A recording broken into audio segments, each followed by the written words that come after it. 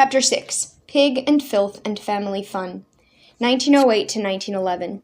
School days. On a fall morning in 1908, Sidney Gibbs, a nervous man with painstakingly combed brown hair, arrived at the Alexander Palace. Strangely, he wore a long-tailed frock coat, black bow tie, and silk top hat.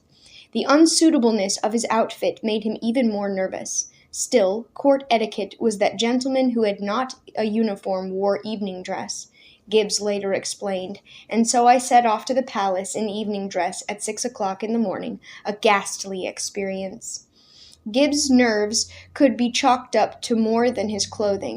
Here he was, the new English teacher for the three oldest Grand Duchesses, and he had yet to meet a single member of the imperial family. Neither Nicholas nor Alexandra had even bothered to interview him. Seemingly summoned out of the blue, he found himself being led to a small schoolroom on the second floor. For several minutes he was left there alone. Then the door opened, and Gibbs braced himself. The imperial children, he had heard, generally behaved like young savages. But Gibbs saw none of this, at least not right away. I took my first lesson with the two elder girls, 13-year-old Olga and 11-year-old Tatiana. Then I had the third daughter, 9-year-old Marie, by herself. 7-year-old Anastasia and 4-year-old Alexei were still too young for school, but while Gibbs was teaching, the Tsarevich sneaked down the hall to visit the schoolroom.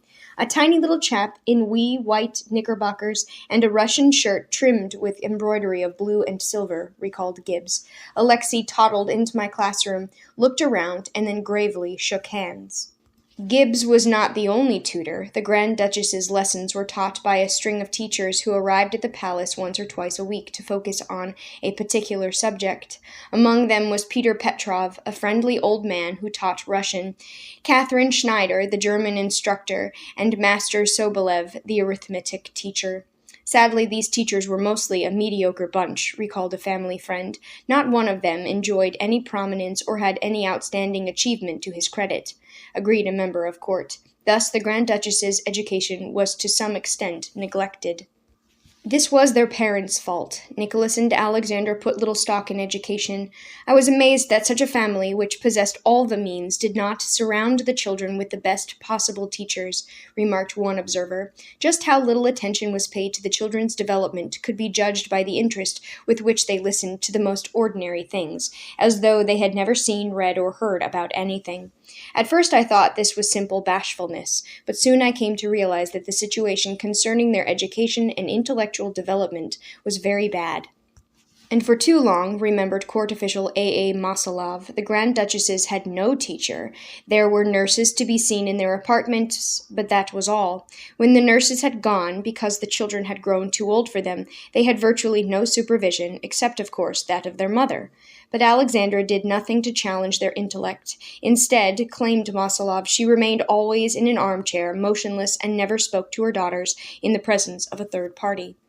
Even with teachers, the Grand Duchess's curriculum was an easy one. They studied some literature, although curiously, none of the Russia's great classics, religion, a little science, and only the most basic math. What they needed most, Alexandra felt, was languages, Russian, French, English, and German. 4 languages is a lot, she admitted, but they need them absolutely. They were, after all, necessary for everything living. English was the language spoken within the family circle because Alexandra's Russian was shaky. Russian, of course, was the children's native tongue, and they occasionally spoke it with their father and others, but never when their mother was present. German was their mother's native language, and even though Nicholas spoke it fluently, he and Alexandra never used it to communicate with each other, and French was spoken at court. The girls, including later Anastasia, detested languages, calling them piddle. They did just enough work to get by and nothing more. While they spoke English fluently, their great-uncle King Edward VII of England once declared their accents atrocious, and even with Gibbs's tutoring, they never mastered its spelling or grammar. As for Russian, some claimed they were hard to understand. The Grand Duchesses had an accent that seemed English when they spoke in Russian, and Russian when they spoke English, said one acquaintance. Never before or since have I heard anybody talk with that strange accent. And French, they never learned to speak it fluently, confessed their French teacher, Pierre Gilliard.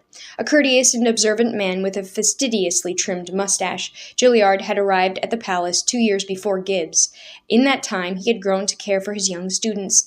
They, in turn, had come to trust him as a friend. Olga, he wrote, possessed a remarkably quick brain. She had good reasoning powers as well as initiative. She picked up everything quickly and always managed to give an original turn to what she learned. An avid reader, she was forever swiping novels and books of poetry from her mother's table before the empress read them. One day, when Alexandra complained, Olga replied, "You must wait, Mamma, until I find out whether this book is a proper one for you to read." Still, for all her natural gifts, Olga did not fulfill Gilliard's hopes. Less frank and spontaneous than her older sister, Tatiana liked painting, needlework, and playing the piano. "Too bad," remarked Gibbs. "She showed no feeling when she played." Gilliard agreed. "She was not so gifted," he wrote, "but she made up for it in perseverance." And then there was Marie. Unlike her two older sisters, who were at least diligent students, Marie paid little attention to her lessons. She preferred walking outside or painting pictures. In fact, according to Gibbs, she could paint with her left hand even though she was right-handed. More extraordinary, she could paint with her left hand while writing with her right. If that wasn't unusual enough, Marie was incredibly strong. She showed off her strength by occasionally grabbing her flustered tutors around the waist and lifting them off the ground. Gilliard briefly pinned his academic hopes on little Anastasia.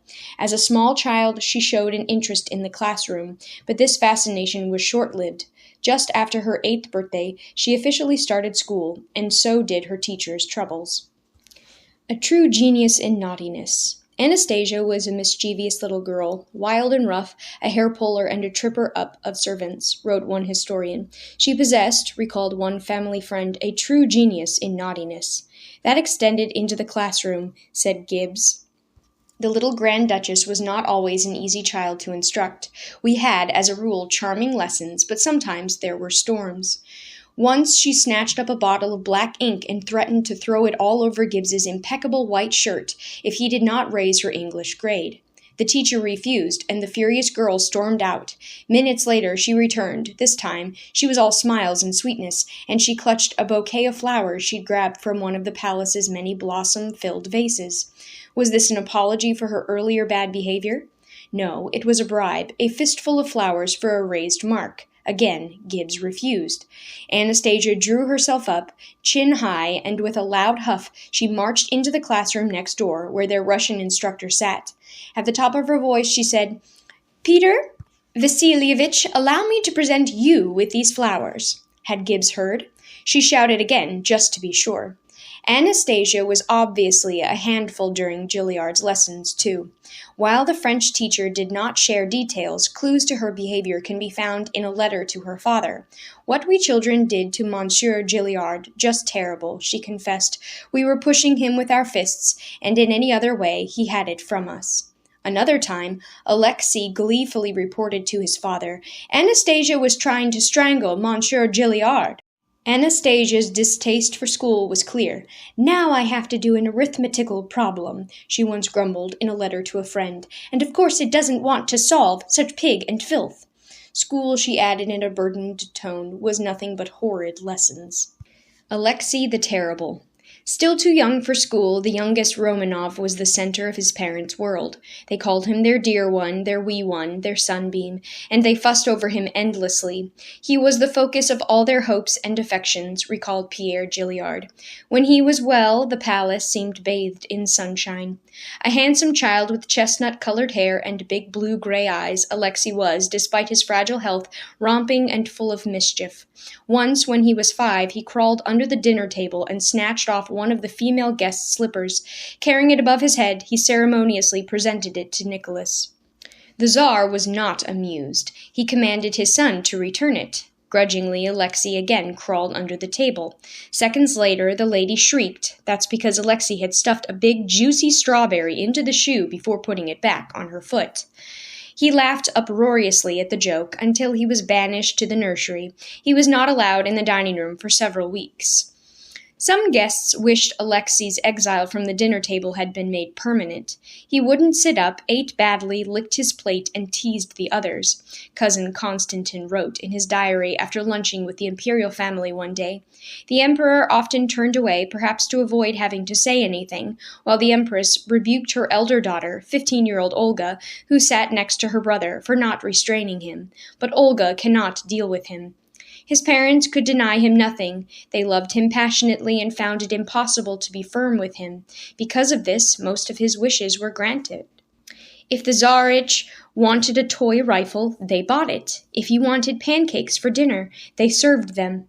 But nothing could substitute for what Alexei wanted most of all, to be like other boys. "Can I have a bicycle?" he once begged his mother. "Alexei, you know you can't," she replied. "Mayn't I play tennis?" he persisted. "Dear, you know you mustn't," Alexandra answered. Alexei burst into tears. "Why can other boys have everything, and I nothing?" he wailed pitifully. Sometimes he seemed almost defiant in the face of his illness. Once, during a review of the palace guard, he hopped onto one of the gardener's bicycles. Nicholas was in mid-salute when he spied his son zigzagging precariously across the parade ground. Frightened the boy might fall, Nicholas halted the review and ordered the soldiers to surround and capture the bicyclists. Squealing with excitement, Alexei led them on a merry chase. Another time, when he was 7, he sprang onto the tabletop during one of the few children's parties he was allowed to attend. Waving the other young guests up alongside him, he burst into a frenzied game of follow the leader. Wildly, the boy hopped from table to chair and back to the table.